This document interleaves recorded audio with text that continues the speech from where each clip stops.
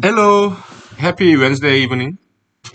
Let's do some martial arts because yesterday, yeah, I kind of goofed. I guess,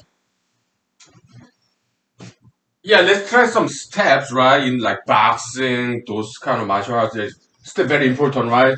I'm not very good at it, so I kind of tumbled on that one. I mean, yeah, yeah. What was the guy's name though? Muhammad Ali did that. So yeah, some steps. So when it comes to kicking while you're backing, I guess you can do this, right? Right? Yeah. Yeah, like, right? When you're stepping back, yeah, yeah, right? Yeah, yeah, okay. That should be good enough. Okay, we'll take 5 minutes break, please. Whew. Okay.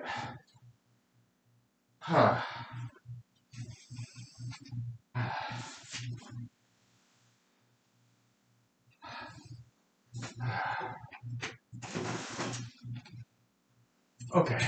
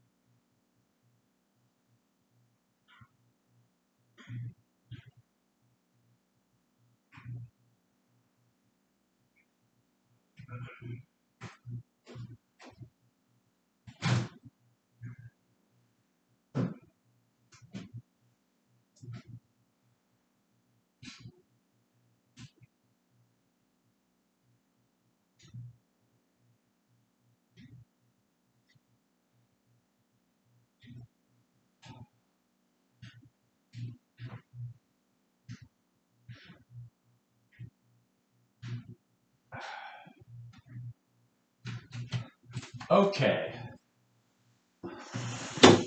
Ha ha ha. Let's see.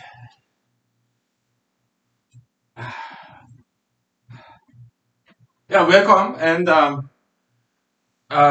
let's grab some water.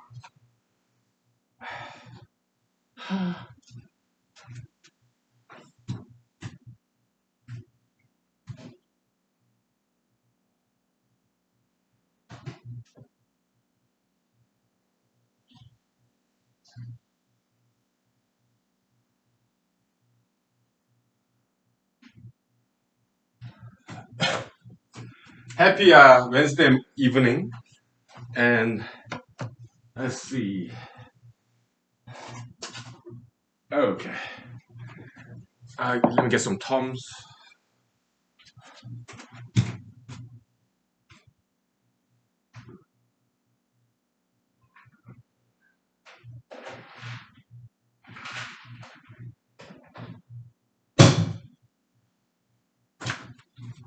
Yeah, yeah. How are you doing? Yeah, we do martial arts here. Okay, in case you are new. Yeah, we practice martial art on a regular basis because to strengthen our mind and body and great cardio exercise. Yeah. Welcome to humanology. Right. Okay. And if you have been here before, thank you. Thank you for your time. Okay. Yeah. God bless you. And so I kind of woke up early this morning before I went to work because yesterday I went to the gym, and what happens the next morning after the day I go to the gym, I tend to wake up earlier because I guess my body's very became efficient, so I don't need maybe long sleep to recover, right? Yeah, I learned that trick from my high school buddies of mine who was very big muscle builder. He said, "Yeah, exercising really helps. It's easier to wake up early in the morning," and I agree. Okay, your body become more efficient. Okay, you don't need that much sleep. Okay, you need to go to the gym, right? Hmm? So what did I do this morning after woke up early? What time? Like 3 o'clock in the morning. Okay. What time did I go to bed yesterday? Maybe 9, 10, maybe 11.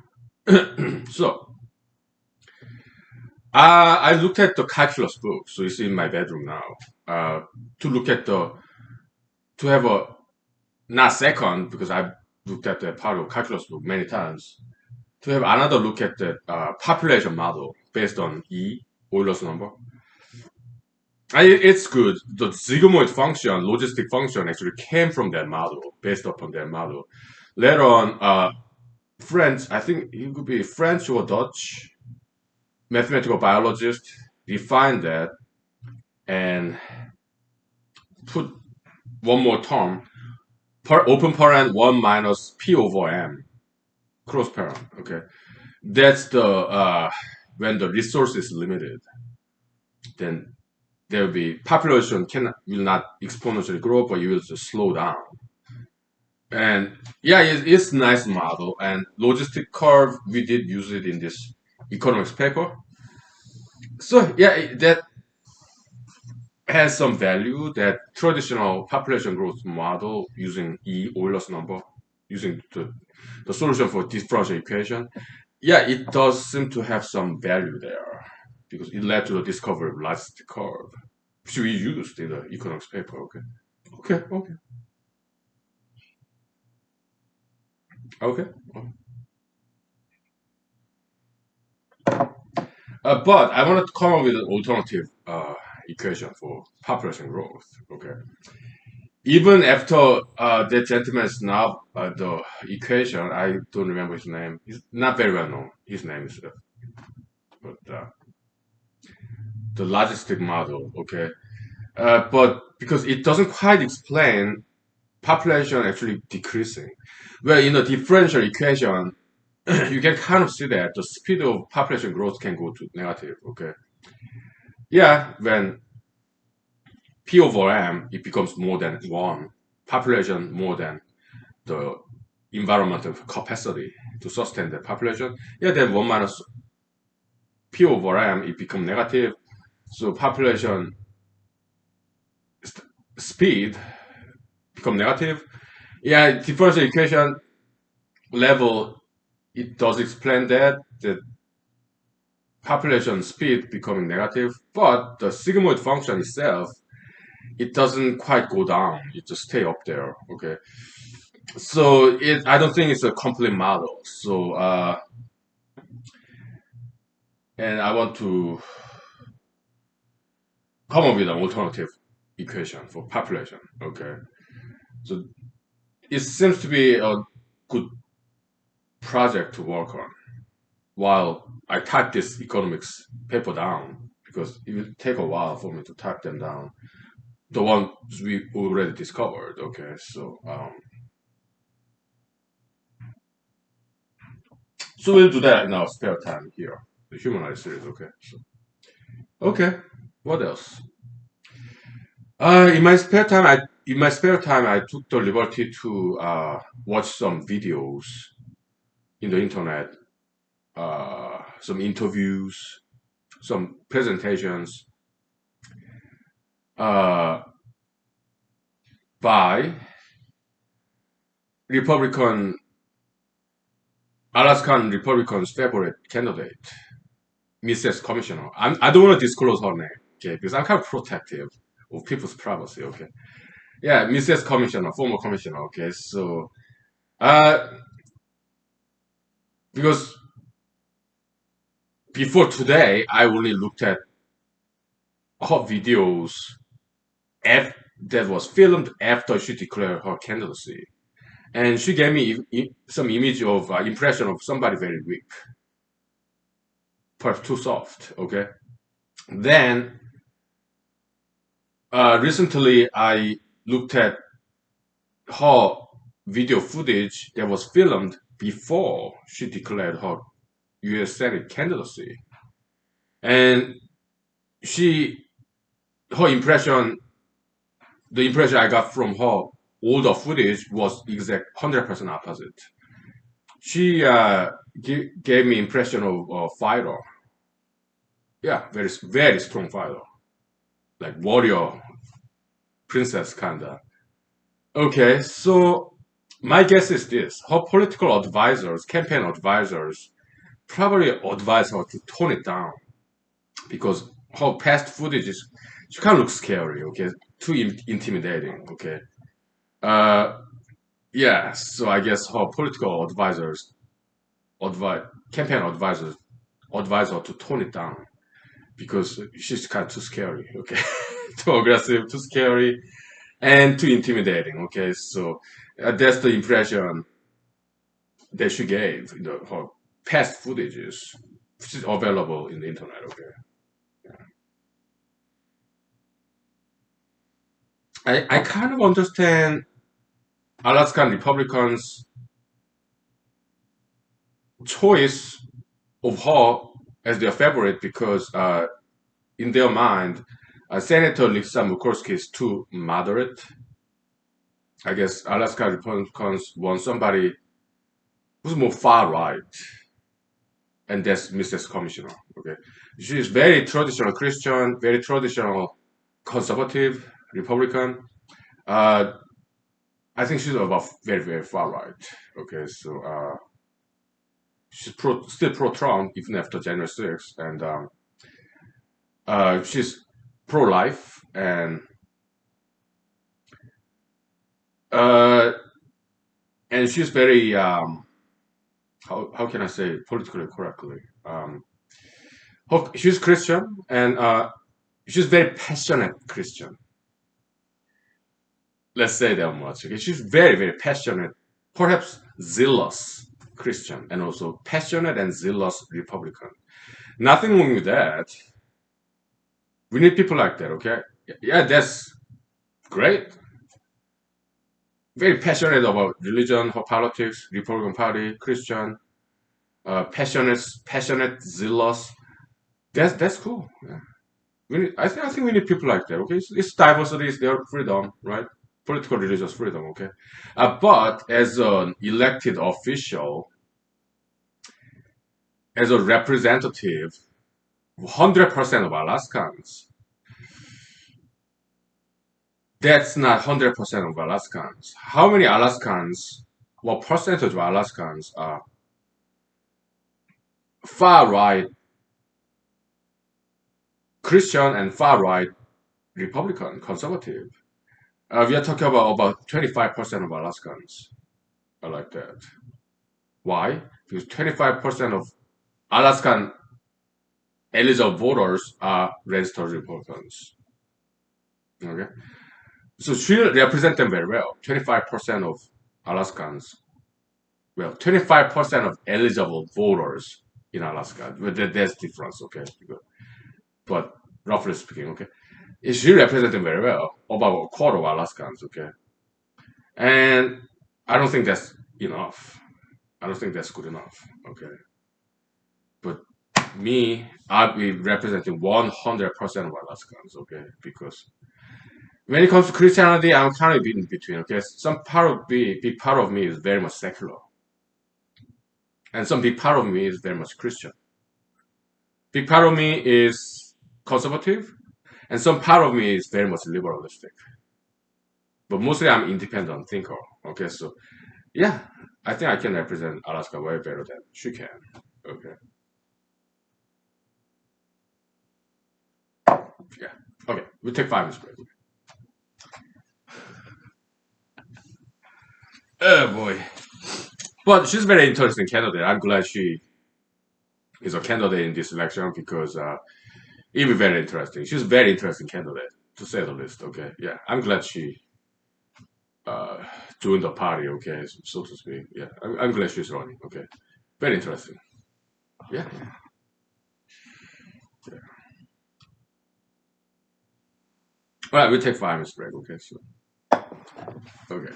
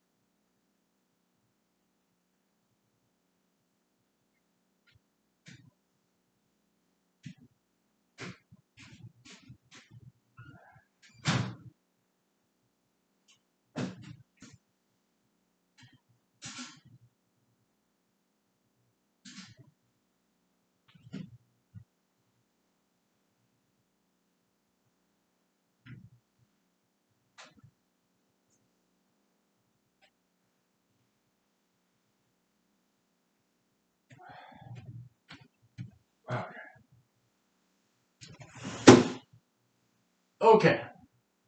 So let's talk about Mrs. Commissioner, okay? She's a very interesting candidate, all right? Yeah, she's like Harvard Law graduate, and she worked in Washington, D.C.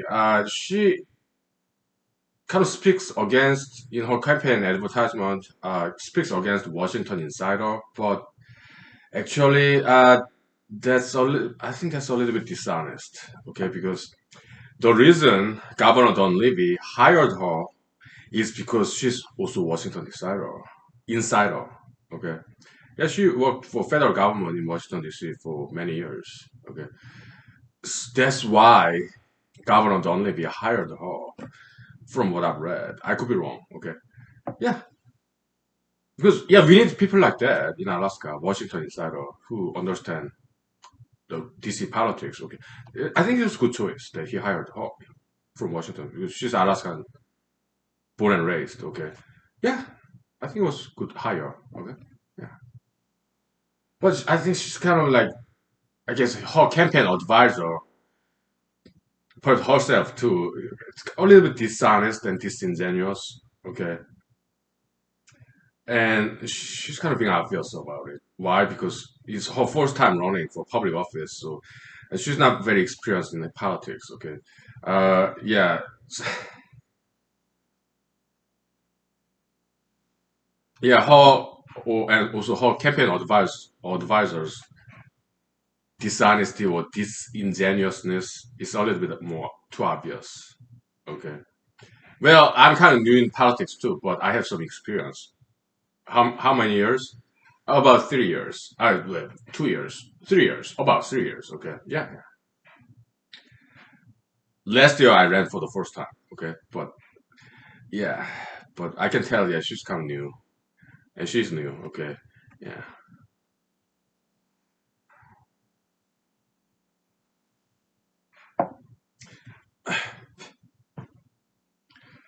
So yeah, she was a Washington insider, TC insider. Okay. And that's one of the reasons why Governor Donovan hired her. Because and I think it's a good pick. Okay. We need people in state government in Alaska who are savvy about Washington D.C. politics, and that was a good choice for Governor Dunleavy. Okay, yeah, yeah. Bring the asset to Alaska. That's great. Yeah, we need people like that in state government. Okay, but she's speaking against D.C. insider when she was one of them. That's kind of disingenuous. Okay, and that was not very smart in my opinion. Okay, so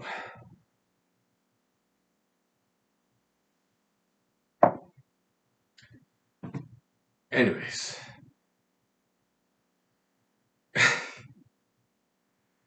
And again, she's very interesting candidate. I'm glad she's running. Okay, and polls say there's some election poll. Okay, that quite recently done. Uh, she's leading as United States potential candidate by like double digits against Senator Lisa Murkowski, against Dr. Ed Gross. Like the poll says, Mrs. Commissioner is like 33% of Alaskan voters favorite, and Senator Lisa Murkowski like something like 15%. Mr. Agros 15%, something like that. Okay, so yeah. But do I believe in that poll? I have some reasonable doubt. Okay, so who paid for that poll? Was it paid by Mrs. Commissioner's campaign? Possibly. I'm just speculating. Okay, it's very flattering. Okay, so, or is it paid by Alaska Republican Party, or is it the poll?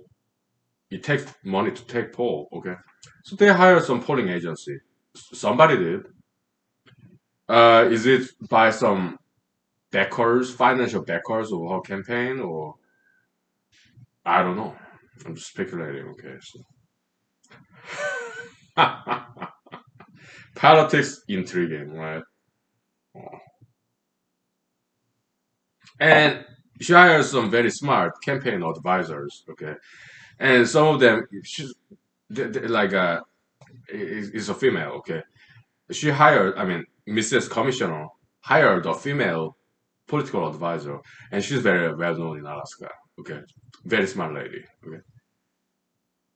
Um, she's like kind of like representative of her campaign, I guess, okay? Speaker of her campaign. So she said like, yeah, Mrs. Commissioner, she came back to Alaska because she has some concern about Alaska as a state. So it was downward transition. She was like up and rising in Washington D.C., the brand new star of United States Postal Service, rising star there. So when she decided to come to Alaska as a commissioner of state government Department of Administration, yeah, it was downward when it comes to her career. Oh, okay. Okay, so that's how she justified her. Okay, and it was very smart. Okay, yeah. Again, disingenuous, dishonest. Okay, uh, it's just my speculation. I could be wrong. Okay, but in my opinion, I think Mrs. Commissioner's plan was to stay in Washington D.C. indefinitely. Okay, did she ever plan to come back to Alaska? I don't know. Okay, but I think prime reason why she came back to Alaska is that she got a big job offer. Yeah, job offer by Governor Dunleavy to be a department head in Alaska. Department of Administration is the probably politically speaking, probably the most powerful, politically powerful department, one of the biggest in the state of Alaska. Okay. Yeah, money wise, salary wise, I'm sure she made more money as a in the office as a some kind of assistant attorney for Inspector General's office in federal government, U.S. United States Postal Service. I bet she was making a lot more money than as a head of Department of Administration, state government in Alaska. Okay, why? Because to live in Washington D.C., cost of living is very high. There's spatial inflation. Okay, cost of living in Washington D.C. is higher, by far higher than cost of living in Alaska. Because Washington D.C. is a big state, big city. Okay, so after the rate, spatial inflation rate, okay, cost of living, okay, even after that, yeah, it could be still smaller money as a department head in Alaska, okay, yeah, whatever, okay. So even after that, I think uh, her motivation. Again, I'm speculating. I could be wrong, okay.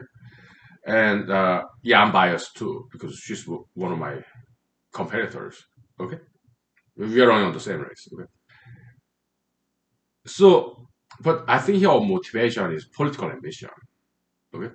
I mean, working as a associate attorney in Inspector General's office in United States Postal Service is impressive, but it's not when it comes to politics, political hierarchy, it's kind of low, right? But State Department of Administration in state of Alaska as a department head, that's politically very powerful position. So when it comes to political power, it was a promotion. In terms of money, yeah, maybe it was less, even after the special inflation adjustment of cost of living. Okay, but when it comes to political power, yeah, it's way up, right? Because she was appointed by governor, right? Yeah. So I'm just speculating. Okay, I think that was her plan. Yeah, political promotion. Okay, yeah, yeah. I think that was her motivation to come back to Alaska. And again, I'm speculating. I'm biased. Okay, yeah, but they were my guess. Okay, yeah, she's kind of being obvious. Okay, so we'll take 5 minutes break. Okay, so politics, intriguing, very interesting characters in political theater, right? Yeah, okay. We'll take 5 minutes.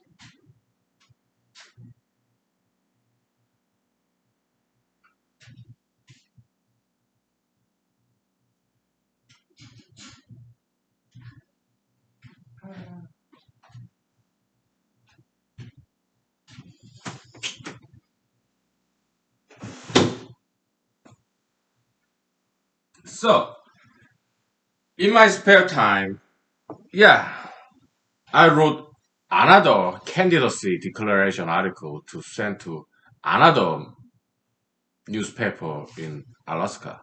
Okay. So far, how many newspapers? 4 of them. Okay. Political campaign is like a war, right? So the way I see it, some analogy, okay? Like in a war, World War One, World War Two, there's airplane, right? Whee! And they drop bombs. Bombardment from airplane, high and above. Okay. Yeah, that's how war is done, right? So me writing this candidacy declaration articles, letters to editors, to newspapers. So far, 4 of them. Okay, in Alaska. Okay, it's kind of like that, but it's not negative bomb. It's not negative copium, pain and suffering. No, it's not that. What is it?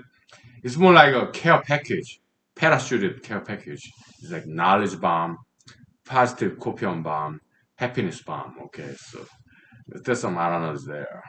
Metaphysical war, right? Campaign. Yeah, military campaign, political campaign is quite similar. All right. So, yeah. Uh, in those candidacy declaration papers, yeah, I mean, it depends on the length limit, how many words. Sometimes it's 400 words, 800 words, 200 words, 250 words. Okay, so I have to adapt to that. I did. Okay, so did I allude to other candidates? Yes, I did. But did I use their name? No, I did not. Why? It's a power of implication, power of subtlety. Okay, I took advantage of that because I studied literature. Okay, it can be more powerful. Let the readers fill in the gap. Let the readers read between the lines. Because I never mentioned anybody's name, but they will probably know who I'm alluding to. It becomes more powerful that way because it's like reader participation, active reading, okay, as opposed to passive reading, okay. Yeah, I studied literature, okay, so in my spare time on my own, okay. Yeah, positive omission, okay. So Ernest Hemingway, okay. So yeah, constructive omission. Yeah, I just call it at that, okay. So nobody used that term, but so this Mrs. Commissioner, she has very interesting Christianity denomination. It's kind of like Pentecostal branch, all right, a branch of Pentecostal. I looked it up. Okay, it was founded by American female in Los Angeles, California, back in the days. What year? Uh,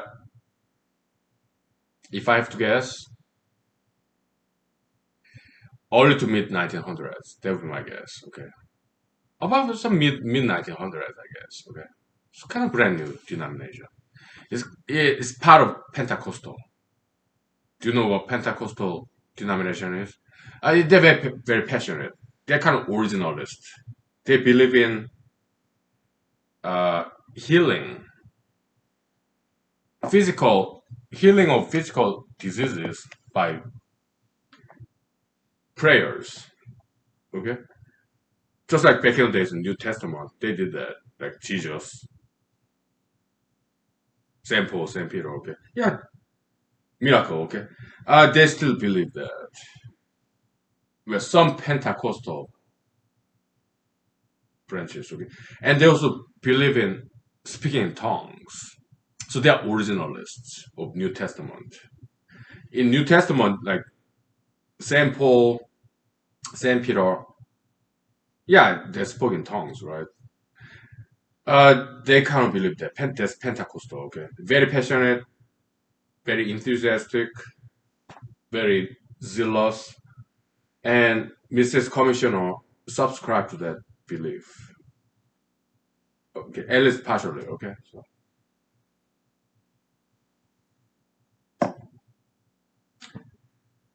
well, that's cool. Okay, yeah. I mean, Southern baptism. That's another story. Southern baptism, like African American style. I've been to Southern Baptist Church. Okay, have I been to Pentecostal church? No, I've been to Southern Baptist Church. Where? Uh, I think it was in Ypsilanti, Michigan. I studied in Ypsilanti, Michigan when I was going school, law school in Ann Arbor, Michigan. Okay. Oh, they were great. Okay. Southern Baptist African Americans. Okay, very passionate. But Southern Baptist African American style, they are more like singing and dancing. Okay. I don't think they are about like this healing of some physical diseases by prayers. I don't think so. I don't think they are about speaking in tongues. I don't think so. Because Southern Baptist, they're more artsy, artistic, musical, singing and dancing, very passionate. Okay, yeah. I attended one church once in Ypsilanti, Michigan, which is like 20 minutes southeast of Ann Arbor, Michigan. I lived in Ypsilanti. Okay, mostly African American neighborhood, great neighborhood. Okay, yeah, it was great. Yeah, they're fantastic. Okay, so when I was in South Korea as a teenager, I attended Methodist church, which is like Protestant, right? Yeah. Wesleyan. And we had during the week, I think it was Friday.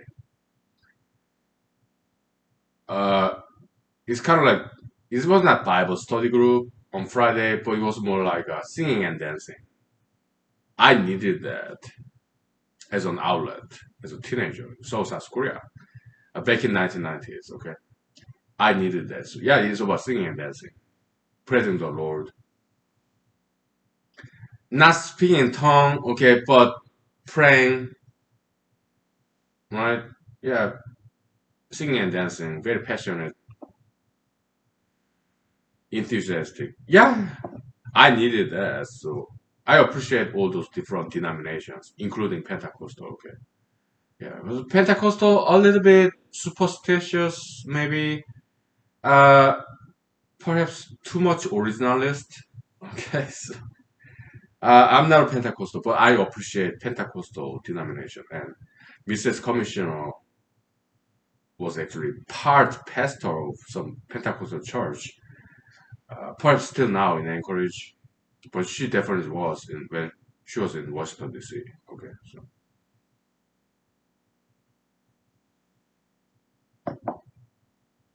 again, I'm not being judgmental. I'm just describing to you what I've learned about that lady. Okay, so yeah, well, that's cool. Okay, but as an elected official, as a representative, governmental official, uh,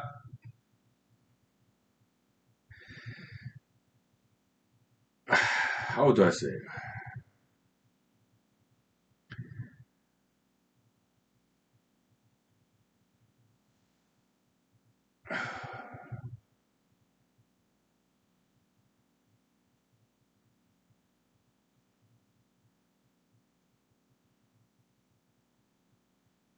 Representative government in democracy, right?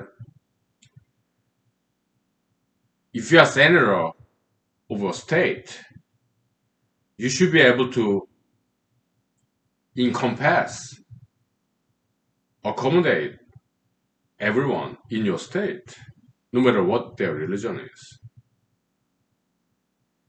no matter what their parties are, right? But Mrs. Commissioner, she's like too deep into Christianity and too deep into Republican Party. How much percentage of Alaskans are Christians? And how much percentage of Alaskans are registered Republicans? So that would be my concern. So I'm a voter too. Yeah, I'm also a candidate, but there will also my criticism as well. Okay, I mean, she's one of those people like me. Okay, who seek pursue attention seeker. Yeah, we have functions. Okay, attention seekers. We like spotlights, limelights. We like being on television. Yeah, performers, entertainers, singers, actors, models, politicians.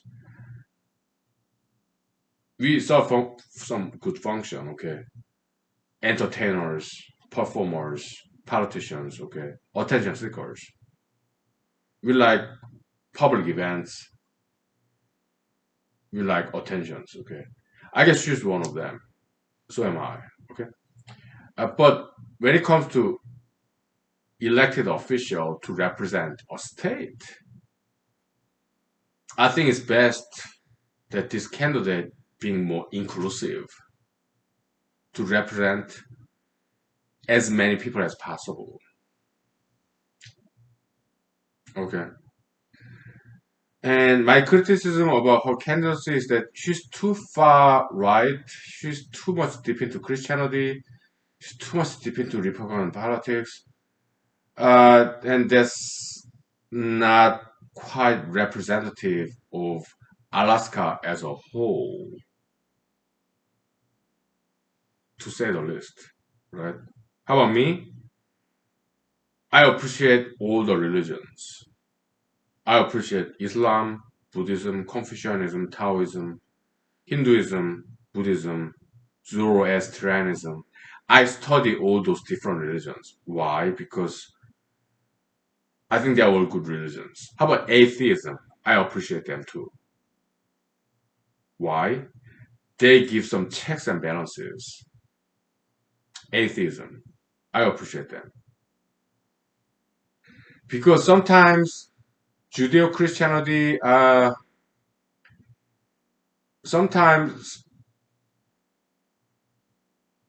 they become somewhat irrational because they are too enwrapped in their religion. And atheists who deny the existence of God, who are against any form of religion, organized religions, I think they have some healthy, constructive criticisms on religions. So I appreciate them. Okay. So big part of me is very much secular because I'm an academic, private academic, secular scholar, and my main goal in life is to discover, uncover, and learn about the truth, objectivity, scientific truth. Okay. Besides religions and besides politics. Okay. So I appreciate the role of atheists, that the kind of role they play, and I'm very happy to see there are atheists in America.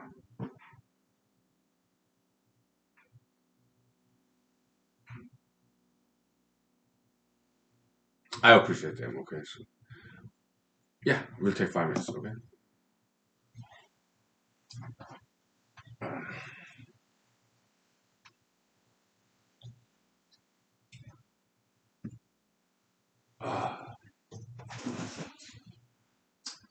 All right.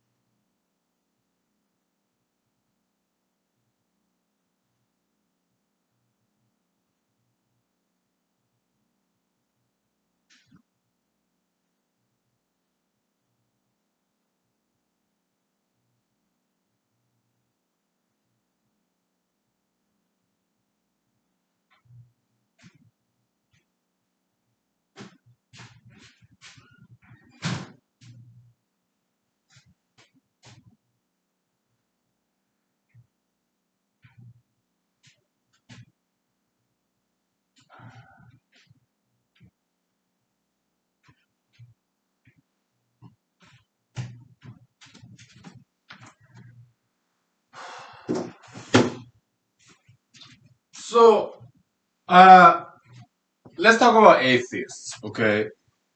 Yeah, I mean, they deny the existence of God, atheists, right? Uh, they could be right. Who knows? I don't know about existence of God. I believe because I'm part Christian, right? I'm kind of biased because of my Christian upbringing. Okay, I grew up in church, right? Mega church in South Korea, Methodist church. Okay, so but yeah, atheists, yeah, they could be right. Okay, as a scientist, yeah, I do not exclude any possibilities. Okay,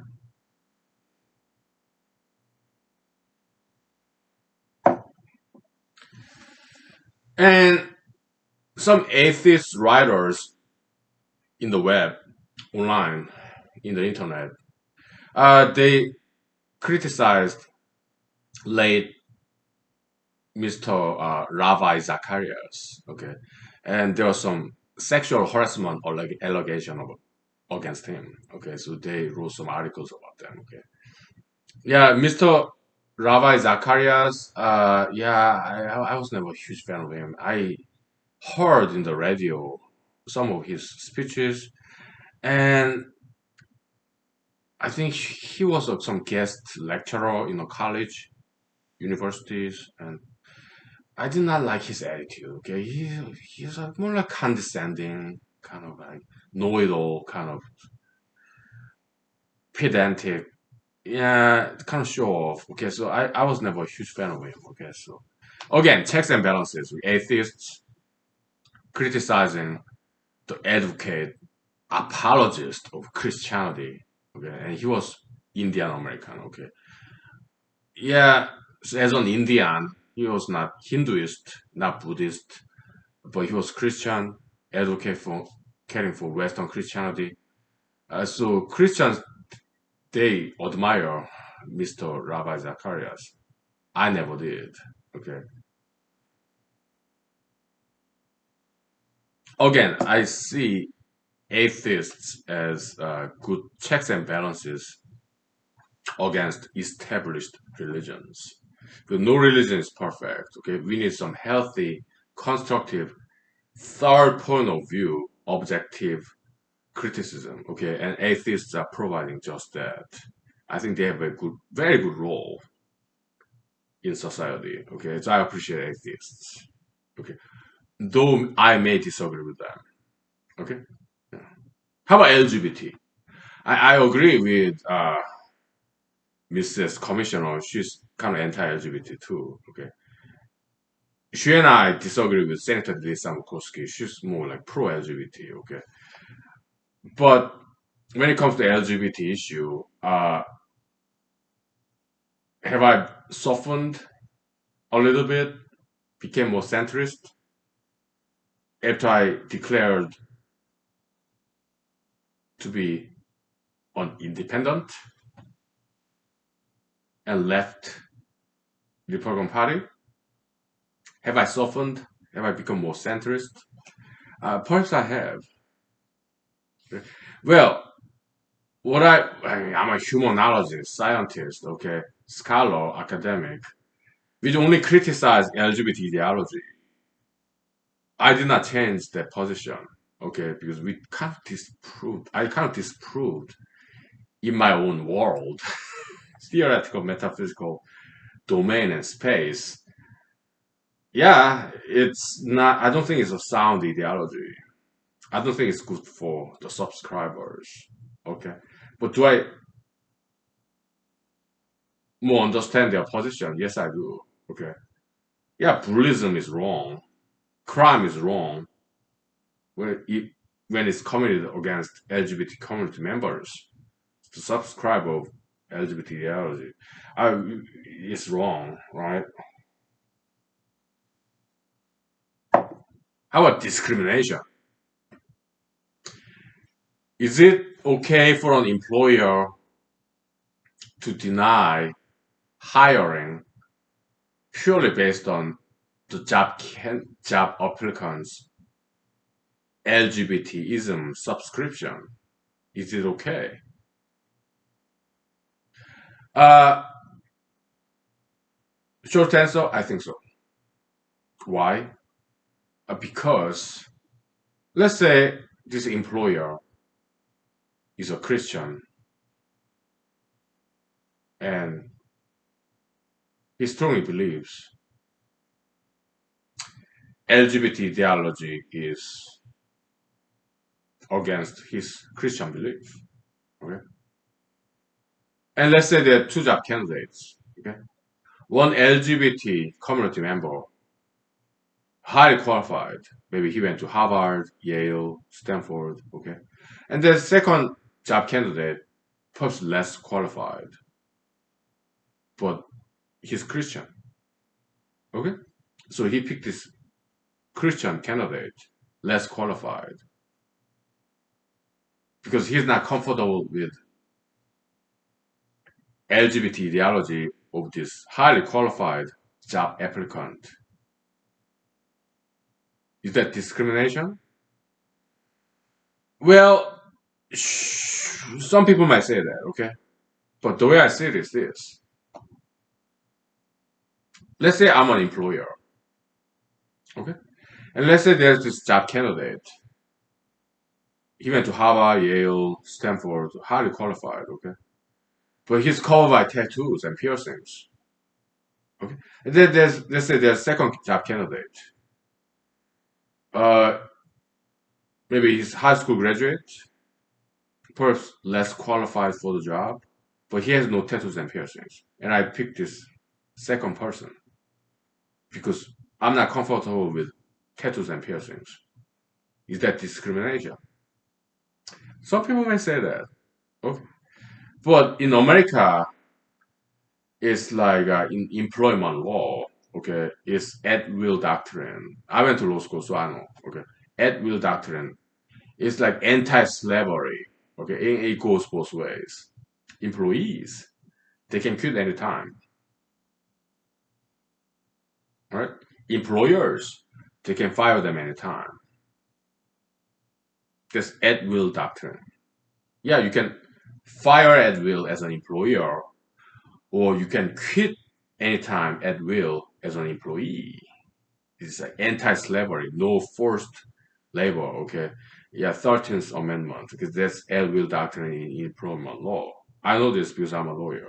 Okay, yeah, that's American employment law, at will doctrine. Okay, anti-slavery, 13th Amendment in U.S. Constitution. Okay, no forced labor, no forced employment. At the same time, as an employer, I'm not legally obligated to hire this person or keep working with this person. Okay, no matter what the reason is. Okay,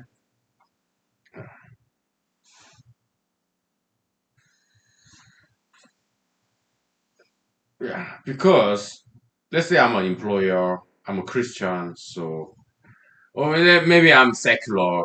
I don't have any religion. Let's say hypothetically I'm atheist, but I just don't like tattoos and piercings.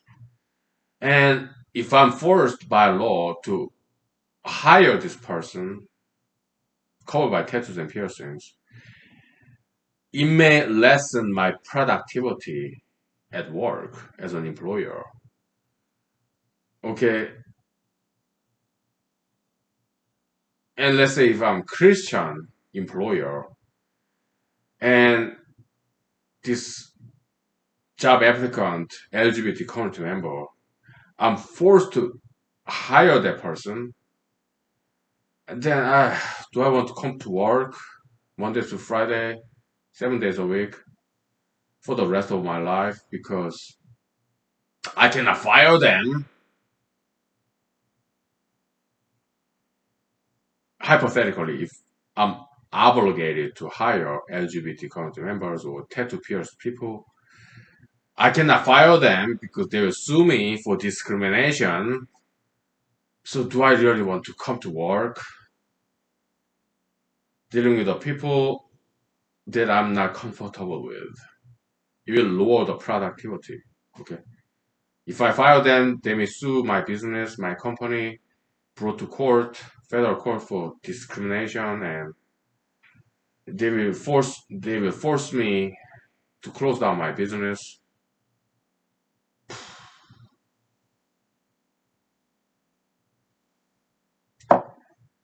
It's not just hypothetical, it did happen during President Barack Obama's era. Okay. Yeah, some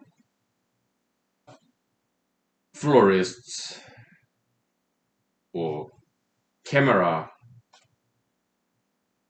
taking people some wedding places, hotels, inns, bakeries. They refuse to serve these LGBT themed weddings. They sue them in court.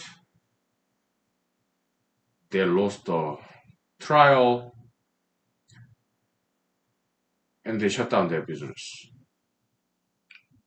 Okay. When those job applicants or LGBT husbands, LGBT wives and wives, they could have gone to other bakeries, hired other photographers, hired other florists, hired other wedding places, but they came after them, those Christian conscientious objectors. And I have to agree with Mrs. Commissioner on that point. Okay, religious freedom. Okay, so she's not too bad. Okay, but my impression is that she's too much institutionalized, too much elitist. That's my impression of Mrs. Commissioner, and she can do great as a government employee or as a corporate executives. She's elite, diligent, strong, high energy. Okay, but when it comes to politics as a representative, I would not vote for her. Okay, she would be my very last choice. I would never vote for that kind of individuals who are not quite representative or 100% of people. Okay, how about me? Do I represent LGBT community members? What I represent is their best interest, their future. Okay. Uh, I do not represent LGBT ideology. I'm against that ideology. But what I represent is LGBT community members. In my belief, it may sound crazy, okay, but I think they are captives of the LGBT ideologies. I want to free them because I care about them as human beings. I care about their happiness, their success. That's why I wrote this paper when I was in law school. And also, Mrs. Commissioner wrote on her own anti-LGBT paper when she was in Harvard. Okay, so she and I, we have some common denominators. I've never met her. Do I want to meet her? Uh, Maybe on a debate stage, but most likely I won't be even invited. Why? I'm a dark horse candidate, very rock bottom. Okay, so most likely I won't be invited because she's way up there. Okay. Me, way down there. Okay, but yeah, I would love to meet her as a fellow candidate and have some nice discussion, debate. Oh yeah.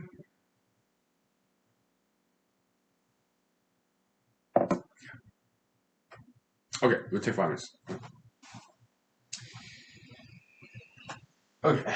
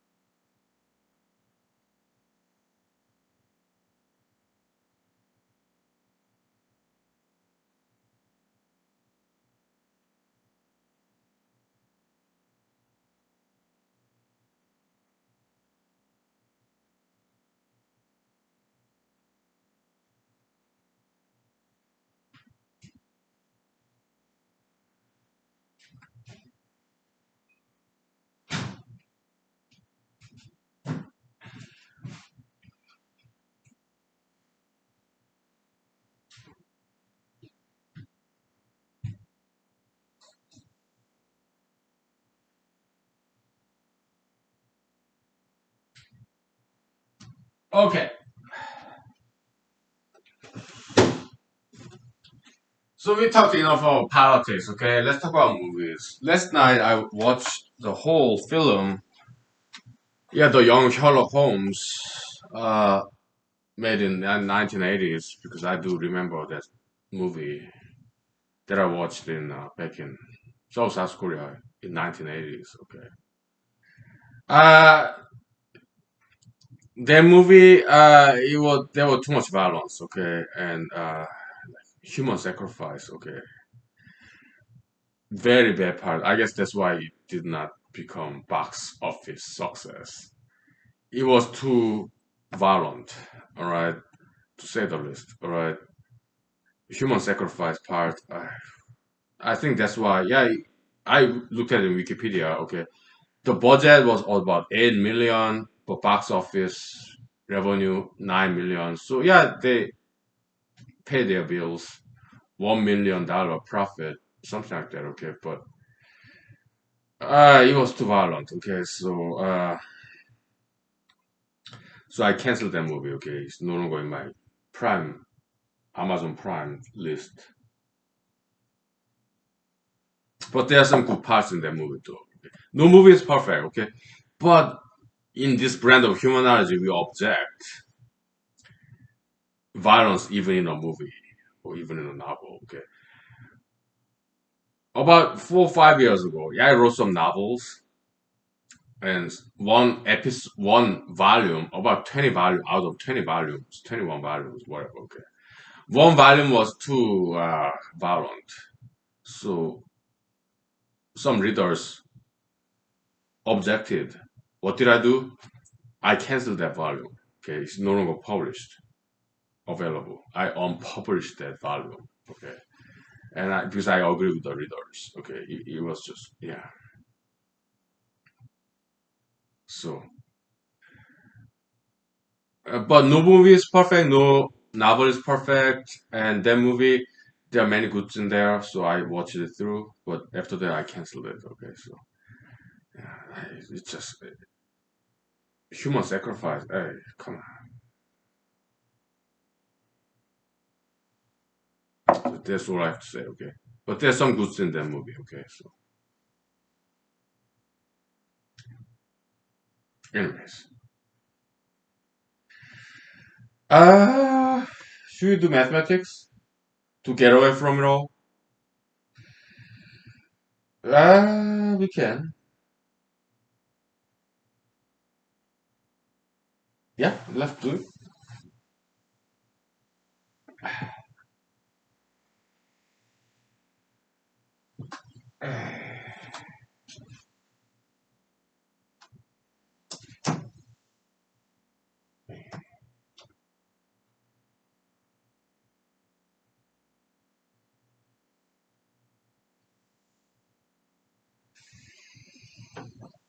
Okay.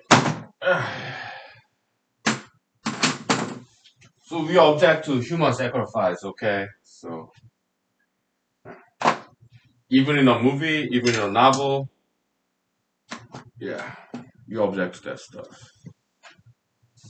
Okay.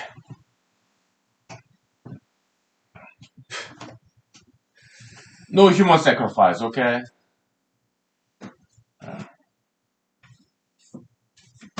No crime, no violence.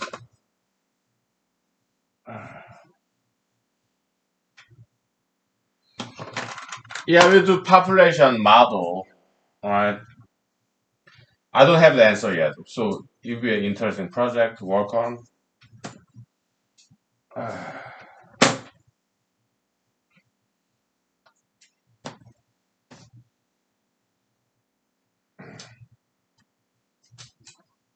Okay,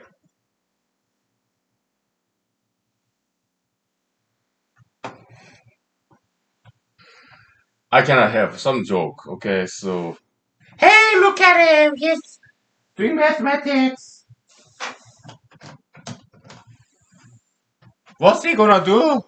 If he get elected as a United States Senator from Alaska, is he gonna solve an equation when he cannot even balance the budget? Yeah, sure, whatever. Okay. If I become United States Senator from Alaska, okay, I will only work 40 hours a week. Okay, I won't be like those elites. Okay, yeah. Well, when I was in Korean high school, South Korea, okay, I won the very first place in very big exam.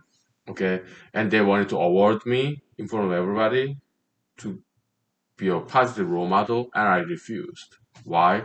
Because hey, my score, my rank in this big exam in South Korea back in 1990s when I was like 11th grade, it's my business, it's my privacy. Because I was born in America, I was American citizen in South Korea. So well, double citizenship. I was half Korean citizen too. Okay, but I have some American spirit in me. I took pride in that, so I want my privacy, and they said no. So I ran away. Okay. Then I came back, and then after that, I graduated high school, who graciously accepted me back. Okay. Although I was an AWOL, they didn't kick me out. Okay. God bless them because they cared about my future, my potential. Okay. I graduated to their grace, from their grace. Okay. God bless them. And then I came to America, came back to America. Okay. To pursue my freedom. Okay. So, because I didn't, back in the days when I saw South Korea, I did not want to be institutionalized elite. Okay, people call me crazy. Hey, you won this number one place in the high school exam in South Korea. Why do you refuse to accept this award? Because the reason was I did not want to be institutionalized elite. I did not want to be some kind of part of this big machinery, elitism, institutionalized in institutionalism. Back then, I was not able to articulate that point, but I had some gut instinct that this is not me. This is I couldn't do it. Okay, so now I can articulate myself why I had to run away from that awarding ceremony. I wanted to be an independent, private individual. Okay, that was why. Okay, so some people understood, but not many. Okay, so, okay. Anyways, but why did I drop out PhD from Cornell computational biology PhD career? It was not because of that institutional elitism. It's because it was too much. It was too intense. Okay. When I was in the U.S. Army, yeah, I had no problem getting award in front of everybody. Army Commendation Medal, ARCOM, Army Achievement Medal, ACM. I had no problem with that. Why? Because I was doing a soldier and getting these awards. Yeah, I think I could handle it. Okay, and I did. Okay, so no problem. When I was in AIT, yeah, I was appointed by our platoon sergeants to be platoon guide, uh, leadership student leadership position for Golden Georgia back in 2009, 2010. Okay, yeah, I took it. Yeah. So did I become somebody else? Maybe a little bit. Okay. Did I become an elitist? Maybe just a little bit. Did I change? Maybe a little bit. Did I forget about common people? Maybe a little bit. Okay. Yeah. People are people. Okay. So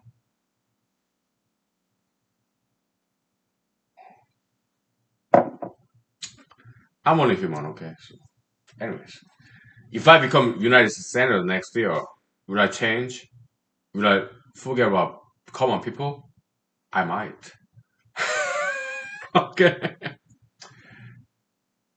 Will I become somebody else? Will I become elitist? Hang out with all these important people, elites, and forget about common people who voted for me? I might, because I'm only human. Okay, I do not exclude that possibility. Then why should we vote for you? Oh, you don't have to. I'm not saying you have to vote for me. I'm just giving you a choice. I cannot tell you what's going to happen in the future. I cannot promise you anything. I cannot. Because I'm only human.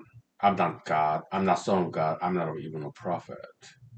Although back in the days, I wanted to be a prophet. But yeah, I'm not a God. I'm not God's chosen person. I'm not son of God. I'm not Jesus. I'm not Saint Paul. I'm not Saint John. I'm not Saint Peter. I'm nobody. What I'm saying is because I'm nobody, because I'm one of 99% of people, nobody special. I think I can represent you because I'm just like you. Okay. Will I change? Will I become corrupted with all this elitism? It is possible. But will I resist? Will I try to resist all this seduction, temptation to become institutionalized elite in Washington, D.C.? Will I at least attempt, try to resist that influence, temptation, seduction? That I can promise you. I will try to resist.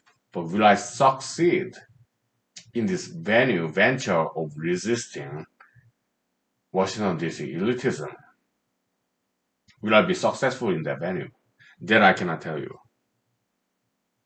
Because I don't know what the future would be. Look at Mr. David, Shepherd David. After he became the king, David, he got corrupted. God abandoned him.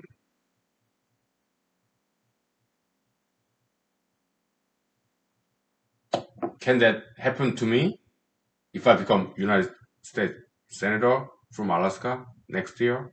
Yeah, it can happen to me too. I don't know, but I do not exclude that possibility because I'm a scientist. We don't exclude any possibility whatsoever. We are objective. Okay. But will I try to resist that temptation? That's the only one thing I can promise you. I will try to resist temptation. But will I win that battle? That I don't know. I want to be honest. If there's one strength in my campaign for next year, United States Senate, year 22 in Alaska, it's honesty. That's one quality that distinguishes me from all the other candidates. I'm always honest.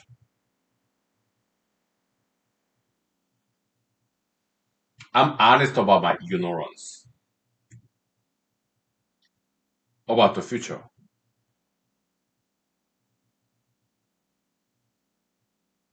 Okay. Will I ever join the Republican Party again?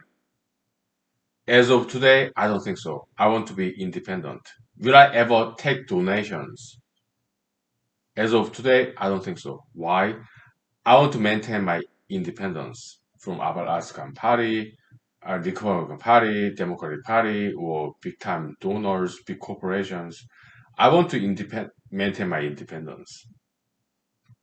But if I take donation, if I subscribe to Republican Party, Democratic Party, whatever, okay, then I lose my independence, and I do not want that. I'm an Alaskan, and I'm an American. I came to Alaska. I came to America to be free, and I do not want to lose this freedom. Political freedom, ideological freedom. Okay, so I do not think even if I get elected next year, I do not think I will go back to Republican Party or take donation. I don't think so because it's just not me. I want to be free. I would spend time with them, but I do not want to take their money, their support. I mean, if they want to support me, by all means, but I don't want. I do not want to take their money. Okay, because I want to be independent. And that's what Alaska stands for, independence. The only state in America where independents are more than Democrats and Republicans combined. I looked it up, okay? That's Alaska. There are more independents than Democrats and Republicans combined, added up, summed up, okay? I checked. Alaska is the only state like that. There's no other state as of now, okay? So Alaska is very exceptionally independent. They they came to Alaska just like I did to be away from it all, okay, to be independent. That part, Alaska is like good old America. Back in the days, people came to America to be free, to get away from it all. 1600s, 1700s, 1800s, okay. Yeah, to me, Alaska represents a good old America where people were free. People came to America to get away from it all, to be free. Two, 300 years later, yeah, people came to Alaska to get away from it all. I'm just one of them. Alaska is the last America, right? So, like, I think the rest of America should learn from Alaska, okay? Because Alaska is like good old America, okay? Like America once used to be, and America is supposed to be. Hopefully, America that will be, okay? If I become senator of United States from Alaska, yeah, I introduce Alaskan independence spirit to the rest of America, so that America go back to where it was. In this sense, I'm very conservative. Old school. Okay, not racism, not slavery. Okay, but when it comes to good old America, we take the goods and discard the bads. Okay, no racism. Okay, no slavery, but yeah, diversity, acceptance, tolerance, strength, diligence, hard work, and independence, freedom, liberty. Okay, yeah. So I expressed this view in the editors to letters to editors. Okay. I wrote four of them. Okay, all Alaskan newspapers. Okay, four of them. All right. So after that, are there some other Alaskan newspapers? Yeah, there are. Okay, but I'm not sure if they take letters to editors. Keep on looking. Okay, so all right, we take 5 minutes for it. Okay. Mathematics, yeah, we get to it, okay? So maybe not tonight. I don't know. Okay. Okay, we take 5 minutes. All right.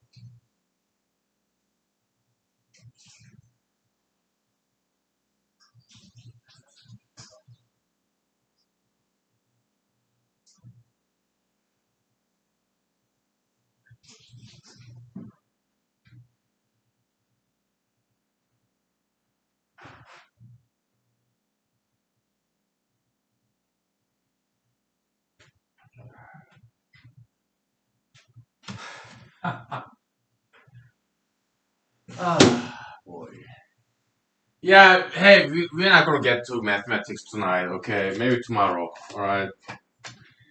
Let's just set what, Wednesday, right? Yeah, we get to mathematics tomorrow, okay? If that, okay? So, Mr. former President Trump, he has not endorsed anybody yet in Alaska States, I mean, United States Senate seat next year. I read some articles, okay? Yeah, he said something like, yeah, I will endorse some candidate with a pulse. I think that's what he said. Okay. Yeah, Mr. Trump, yeah, I was a huge fan of him, but nowadays, not anymore. Not after January 6th, okay? But let's fantasize. Imagine. We are writers, fictionalists, novelists, okay? Yeah. What if I become very famous candidate a year from now?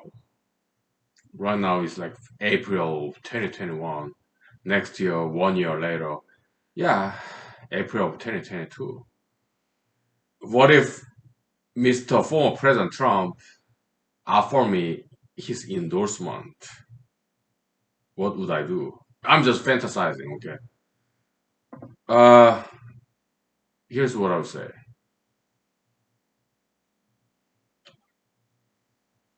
Mr. President Trump, okay, I voted for you back in 2016. I read your books. Art of the Deal, Art of Negotiation, Art of Coming Back. When I was in Los Angeles, California back in early 2000s, okay? And I learned great deal from you, okay? I watched your speeches. I voted for you 2016, and then I also read your books, watched your TV shows, Apprentice, okay? So I learned from you, okay? The art of deal, art of negotiation, okay? So here's my proposal, all right? I have one thing that I'm asking you, okay? In return, I will accept your endorsement, okay? Even after January 6th, right? Because a lot of Alaskans still love you. And as a candidate for United States Senate representing Alaska, I have to represent too. Yeah, post Jan 6 pro-Trumpers, okay? I have to represent them too. And there are a handful of them in Alaska, okay? Maybe like 25% or less, okay? So what I'm asking you in return is this, okay?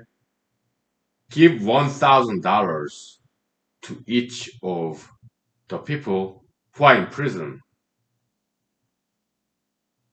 because they participated in January 6th incident. And give $1,000 to the family members who died from January 6th on Capitol Hill event. That's what I'm asking. You are a billionaire, okay? So yeah, give them $1,000 at each, at least. Then I will accept your endorsement. So that's the deal I'm proposing to you, Mr. Former President Trump. Okay. Okay. Sin cut. Okay, so that's that.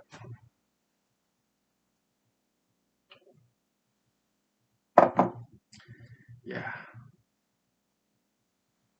I learned from him. Okay, how to negotiate, have some advantage, have some edge. Okay, yeah.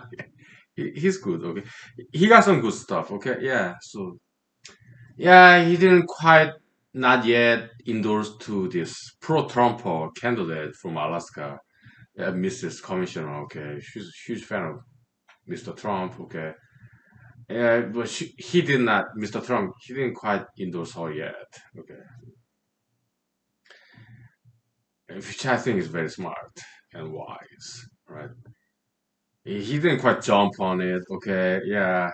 Let's wait and see how it goes. This is more than 1 year later from today, April 2021. Okay, it's more than 1 year okay, left. So let's wait and see. Okay.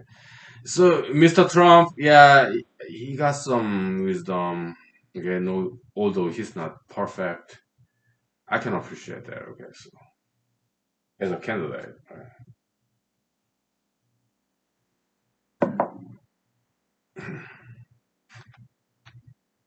we'll see how it goes. Okay. It'll be very interesting.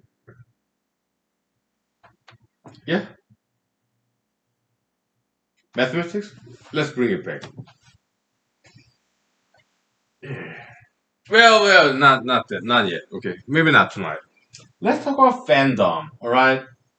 I mean, I am not a celebrity, so people, kind and generous ladies and gentlemen, right? I'm a charity case. I'm a like street beggar, mendicant. Okay, some kind and generous ladies and gentlemen, very few of them. Okay, appreciate me as a candidate, as a man. Okay, yeah, I am eternally grateful to you, to them. Okay, yeah. When I ran Alaska State Senate Republican Party primary last year, uh, there were some kind and generous ladies and gentlemen who recognized my name. I'm very eternally grateful. It's not a fandom, no, it's charity.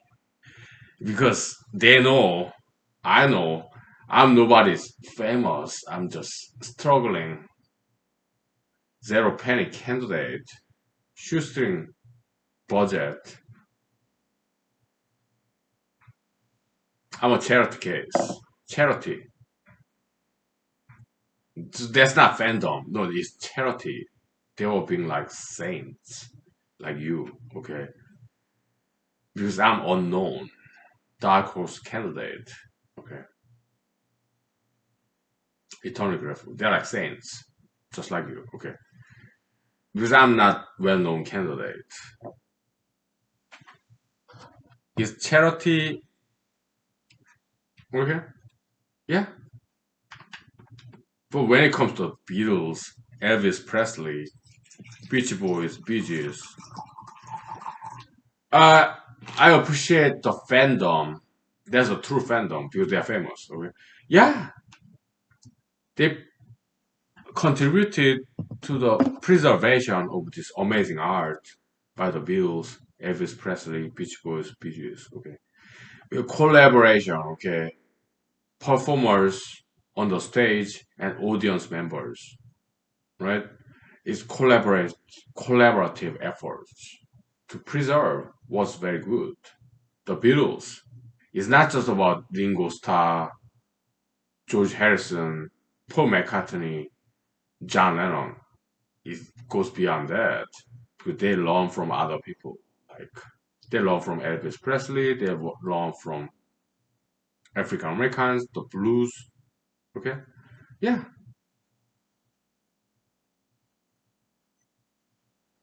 yeah.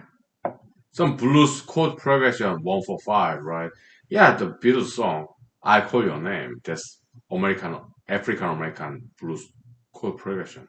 I call your name, but you're not there. Was I to blame for being unfair? And I can't sleep at night. It's just the same. I never weep at night. I call your name. Take you to.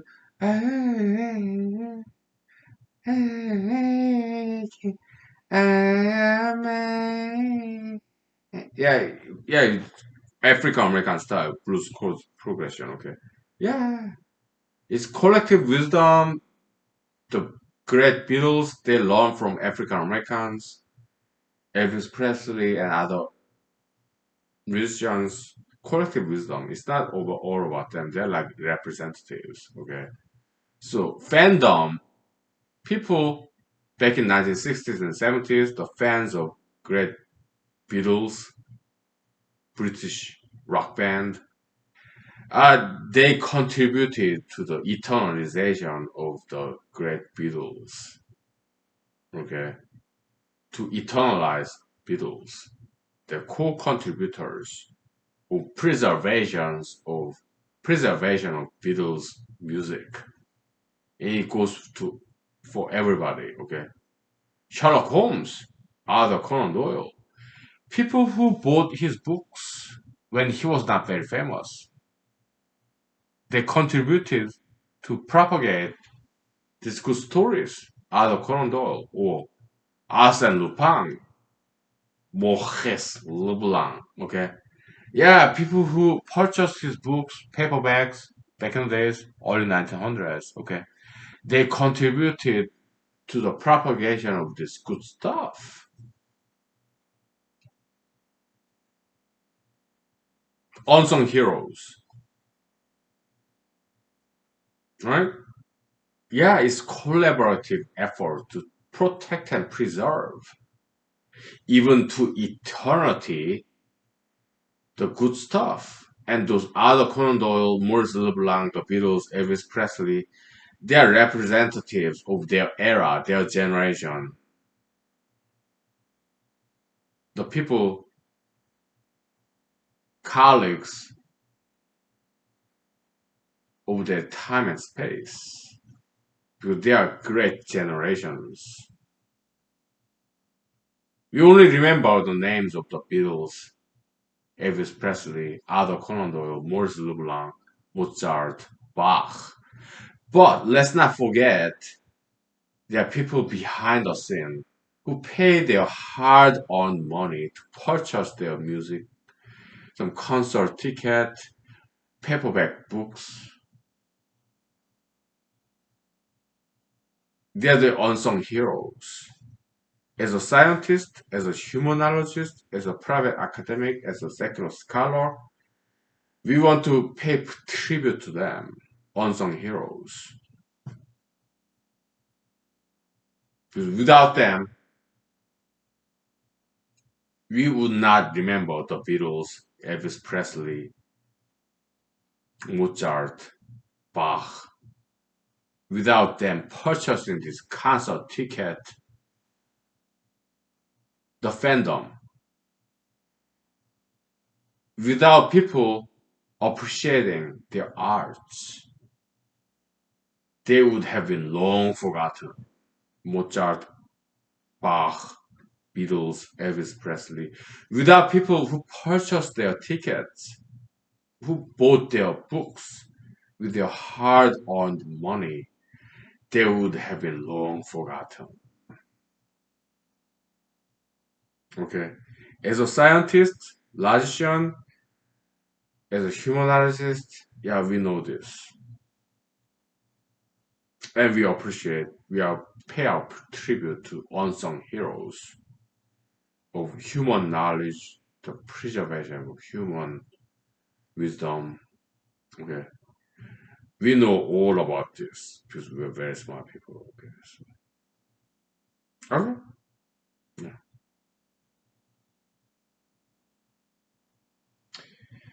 Yeah.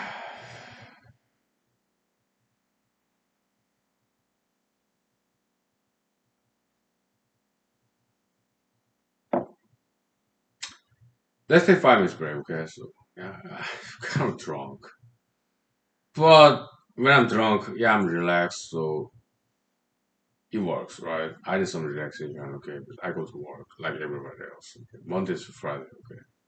I requested one vacation day. It was rejected, okay? So, uh, because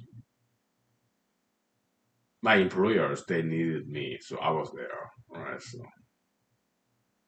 yeah, vacation day. What would I do in my vacation day?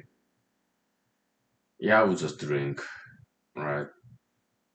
Smoke cigarettes. So it's good that my employers denied my vacation day. Okay, why? I'll be healthier because in the workday, yeah, during the day, I'm at work. I don't drink in. smoke.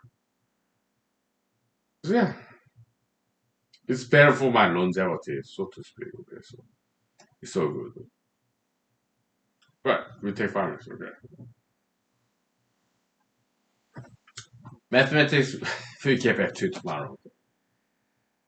Yeah. Okay.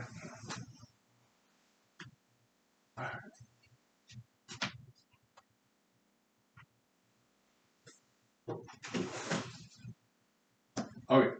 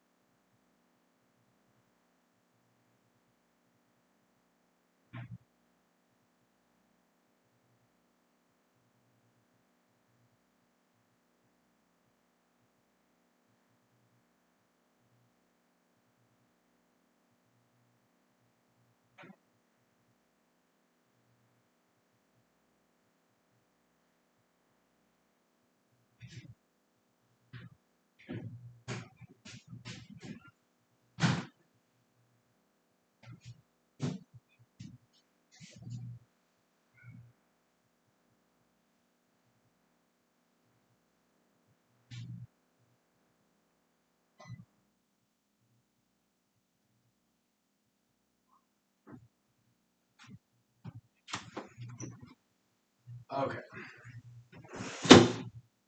Okay.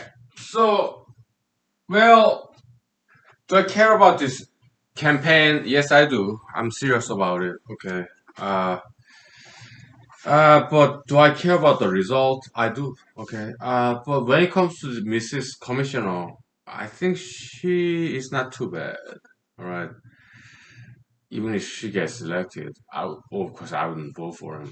I'm vote for her. But yeah, doesn't make any difference whether I get elected or Senator Murkowski get re-elected or Mr. Dr. Elgros or Ms. Governor, former Governor Sarah Palin or Mrs. Commissioner get elected. Yeah, it's not gonna make that much difference, okay? Unless I get elected. If I get elected, yeah, I think I can make big difference, okay? Because I do things differently, okay? So, but all other candidates, will they make any difference between Senator Lucia Murkowski, Dr. Egros, or Mrs. Commissioner, or former Governor Sarah Palin? Yeah, I don't think they will make any big difference between them, okay? But when it comes to me, yeah, I think I can make big difference. Okay? That's what I think. I could be wrong, okay? But yeah, people they go by their lives, okay, and they start to live, right? No problem, okay. Yeah, but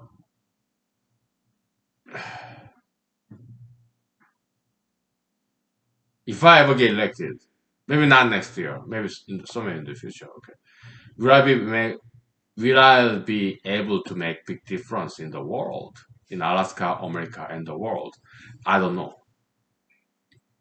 At least I try, right? That's what I can say. Okay, I'll try to make some big difference, positive difference. But will I able to achieve it? That I don't know. I cannot make any promise. The only promise I can make today is that I will try. That's what I can do as a human being. I'm honest.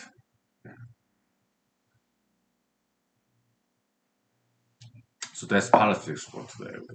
Let's do some mathematics. We erase this whiteboard, okay? Yeah, let's do some mathematics, okay? Yeah, we got 1 hour left, right? We gotta make best use of that 1 hour time, right? Yeah, sure. Population model, mathematical model, population, okay. Uh, yeah. I studied and the Stewart calculus book that I studied when I was in Madison, Wisconsin undergrad, okay. And also, I bought, repurchased it from Amazon.com, okay. So, yeah. Great calculus textbook, okay. I think Mr. Professor Stewart is Canadian, okay. Great mathematician, educator. Okay, so yeah, huge fan, huge fan. I'm a fan of many people. Okay, I'm sorry. Maybe it's too early to do mathematics again. Okay, yeah. Last year when I was running for Senate candidacy, Alaska State Senate candidacy. Okay, yeah. Uh, Mr. Congressman Dan Young of Alaska and Mr. Senator Lisa Murkowski, Ms. Senator Lisa Murkowski, Mr. Senator Dan Sullivan and Mr. Governor Don Levy. Yeah, also local journalists, local politicians. Yeah, I did line up in the lane to shake hands with them, to talk to them, to listen to them, to ask them questions. I'm just like anybody else. Okay. Yeah, some celebrities, right? Bigger and better than me. Yeah, when it lined up in the line, single line, okay, to take pictures with them, shake hands with them, and yeah, I was one of the crowd. Last year, year before, and year before that, yeah, I'm just like anybody else. Yeah, a fan, right? No problem. Nothing wrong with that, okay? People are people, right? Okay, all right, mathematics. Mathematical biology. Okay, so Yeah, Stuart, Mr. Professor Stuart from somewhere in Canada, great calculus book. Okay, so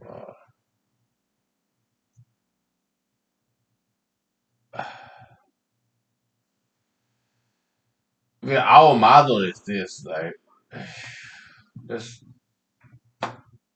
spare some spaces here. Okay, N of t. Our new model is this N0 branching factor B to the time divided by period. Okay, uh, but we need to sophisticate this a little bit. Okay, some more too. Okay, yeah, limited resources. Okay, let's say hypothetically. Okay, let's do some conduct some thought experiment. Right? Let's say there's this island. Right? Some island. There's some palm tree. Whatever tree. Okay. And there's this bacterium. Okay. Or a guy. Okay. He eats one apple per day. Right? It's an island, lonely island. There's one apple tree, and this apple tree produce one apple per day. We'll simplify, okay, model. And this guy, let's call him Adam, eats one apple per day. Okay, that's self-sustainable. You have sunshine, right? And you have some rain cloud. You have some oxygen, and apple tree breathe out carbon dioxide. Adam breathe out carbon dioxide. Okay, he only need one apple per day, and this apple tree produce one apple per day. Then that's sustainable, right? Yeah. So far, so good.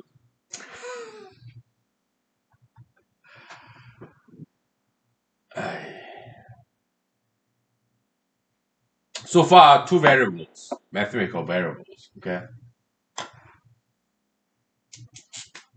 food that apple tree produce. Well, we call it apple. Okay. Well, apple is food. Okay, we call it food. Okay. Now, one apple per day is a speed. Okay, one apple per day. Now we have Adam as consumption. Okay,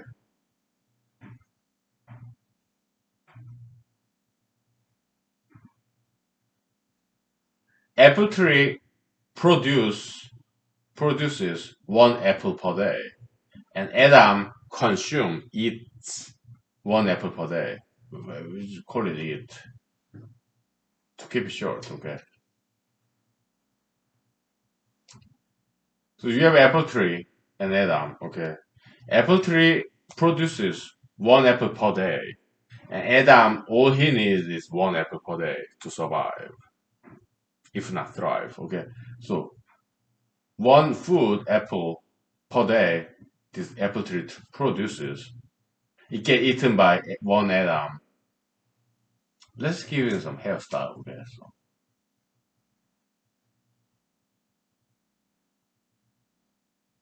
okay, he's smiling, he's happy.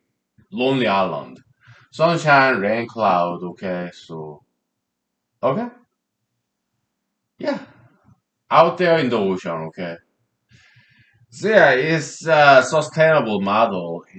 At as for now, one apple tree giving out one apple fruit per day, and Adam eats it. Next day, one more apple fruit from this apple tree, Adam eats it. So they can live forever,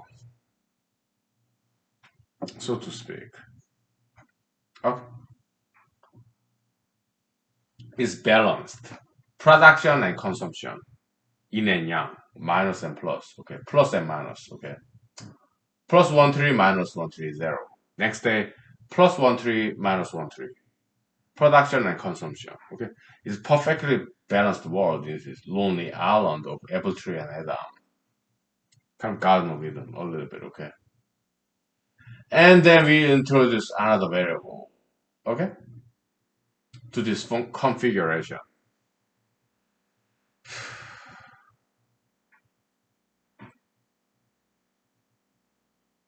Was that the other variable? Uh, reproduction.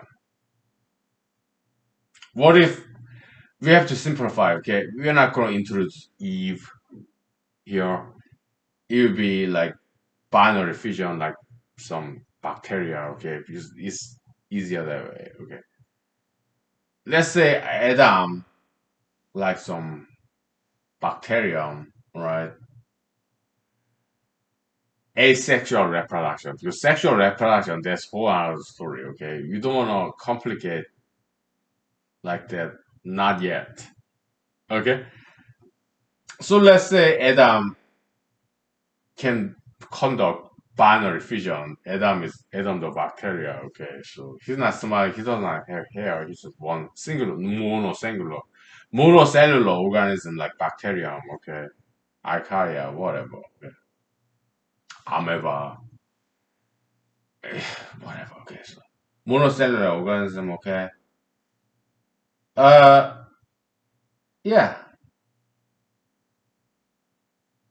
and this apple tree, it can mutate itself to produce more or less apple fruit per day.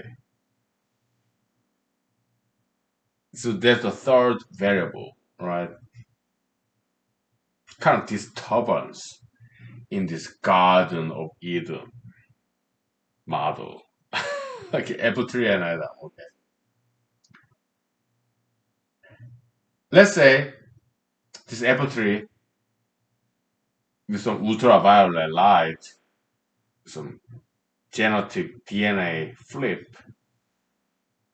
Maybe it will start more food or less food. Okay.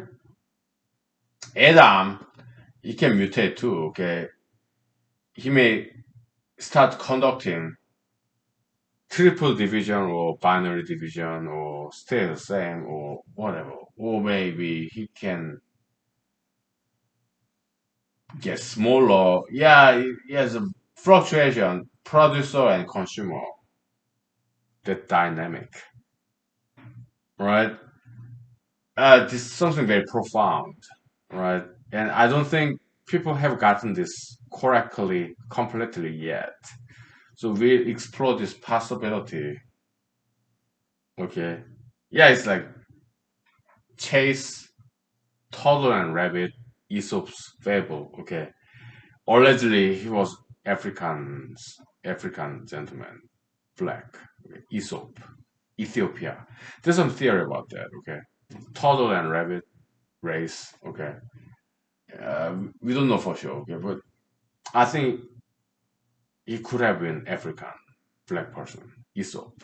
Okay, nobody know for sure. Okay, but I think he might have been. Okay. Because his style, Aesop's fable, AESOP, kind of Ethiopian, okay.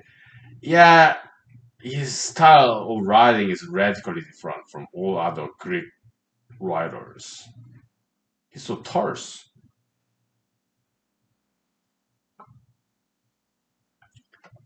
Yeah, there was rabbit, there was turtle. They went to race, running race. Rabbit fell asleep. Turtle kept walking, and he won the race. Period. Very short. Aesop's fable, most of them, couple of sentences, like one paragraph. That's the story. Okay, it's radically different literary style. Okay, so I think it could have an African's black person. Okay, Aesop, Mr. Aesop, because it's very different from traditional Greek like saga mythology. Okay, it's radically different writing style. Very short, right? Couple of sentences each episode. Okay, so very cool stuff. Okay, so, okay, very desert-like, very economic, very efficient. Just three sentence fable, five sentences fable. Okay. If you in the out in the desert, they don't have water, they don't have luxury to elaborate on things, they don't have time or space, they don't have luxury to elaborate the saga epic. That's more Greek style. They had a lot of water, okay, but out there in the African desert, Sahara desert, whatever, okay, they don't have time, they don't have water, so yeah, just three sentences, Bible, just a very crystallized gist of the story. Yeah, Mr. Yusuf, I think he could have been Ethiopian African with black skin, okay, dark brown skin, okay. Yeah, I'm kind of leaning toward that theory, okay. So there's different theories, but okay. So we continue this model, population model, okay. The producer, consumer, sometimes overproduce, underproduce. Consumer, they may reproduce, right? Yeah, more birth, right? And less birth, okay, depending on the mutation level, okay. So it's like racing between toddler and rabbit, kinda, okay. I don't think anybody got this yet completely. There's some good models, okay, the calculus textbooks, okay. But I don't think it's complete yet, so we'll complete it. Okay. So that will be our next mathematical project. Okay. Alright. If I never get elected, I'll be fine. I'll be happy camper, uncovering, discovering, and learning, teaching mathematics and applied mathematics. I'll be happy. I'm not aloof. Now that I'm independent, I'm neither Democrat or Republican. Okay, so yeah, I'm like whatever. Okay, have a great week. Happy Wednesday, and God bless you. Be peaceful. Learn martial arts. Learn dancing. How to sing. Mathematics. History.